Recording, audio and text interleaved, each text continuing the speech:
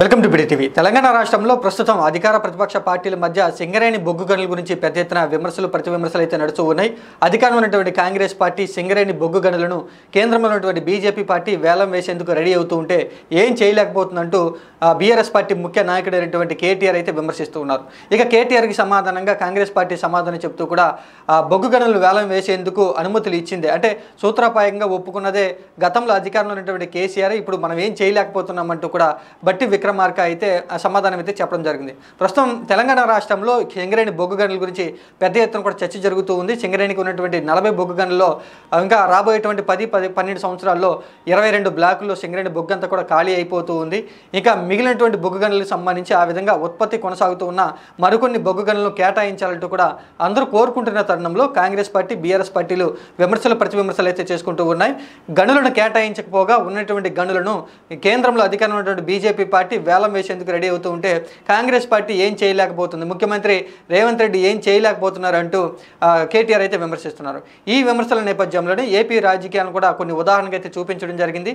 కేంద్రంలో మాకు ఉన్నటువంటి 16 ఎంపీ స్థానాలకు సంబంధించి 16 ఎంపీ స్థానాలు మాకు ఇస్తే ఏం చేసేవాళ్ళమో ఎన్నికల సమయంలో మేము అదే చెప్పాం, కానీ ఇప్పుడు మాకు ఒక్క ఎంపీ స్థానం కూడా ఇవ్వకపోవడంతో మేమేం చేయలేకపోతున్నామంటూ కూడా కేటీఆర్ అయితే తన నిస్సాయతను అయితే చెప్పడం జరిగింది. 16 ఎంపీ స్థానాలు కనుక మేము కోరుకున్నట్లు తెలంగాణ ప్రజానికం మాకు ఇచ్చుంటే కనుక నేనేం చేసేవాడినో చెప్తూనే ఏపీ రాజకీయాలను ఉదాహరణగా చూపించడం జరిగింది.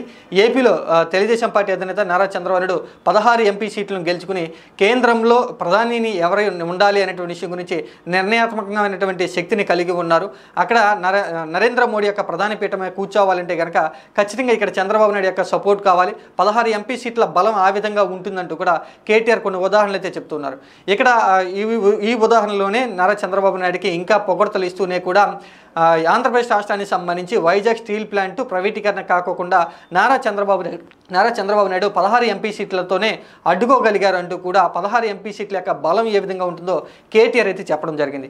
ఇక్కడ ఏపీ రాజకీయాలకు సంబంధించి కూడా ముఖ్యమంత్రి ఉన్నటువంటి నారా చంద్రబాబు నాయుడు 16 ఎంపీ సీట్లు అయితే గెలుపొందడం జరిగింది. కేంద్రంలో బీజేపీ పార్టీ అధికారంలో రావాలంటే తెలుగుదేశం పార్టీ సపోర్ట్ లేకపోతే నరేంద్ర మోడీ ప్రధాని అయ్యేటువంటి అవకాశాలు ఎక్కడ కూడా లేవు.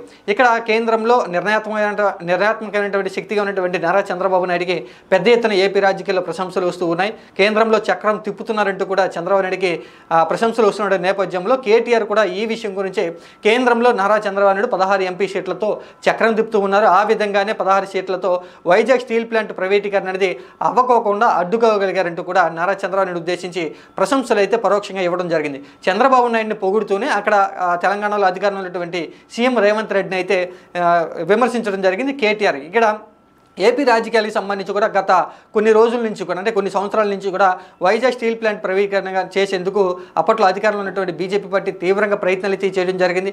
ఆ తర్వాత ఎన్నికలు రావడంతో కొంత సద్దుమణినటువంటి బీజేపీ పార్టీ ఇక్కడ కేంద్రంలో తెలుగుదేశం పార్టీ యొక్క సపోర్టు లేకపోతే అధికారంలోకి వచ్చేటువంటి పరిస్థితి లేదు కాబట్టి 16 సీట్లతో నారా చంద్రబాబు చక్రం తిప్పుతూ ఉన్నారు. కాబట్టి ప్రస్తుతం స్టీల్ ప్లాంట్ ప్రైవేటీకరణ గురించి బీజేపీ పార్టీ ఎక్కడ కూడా ఒక పదాన్ని కూడా నోరు మెదపుకోకుండా సైలెంట్గా ఉన్నటువంటి పరిస్థితి.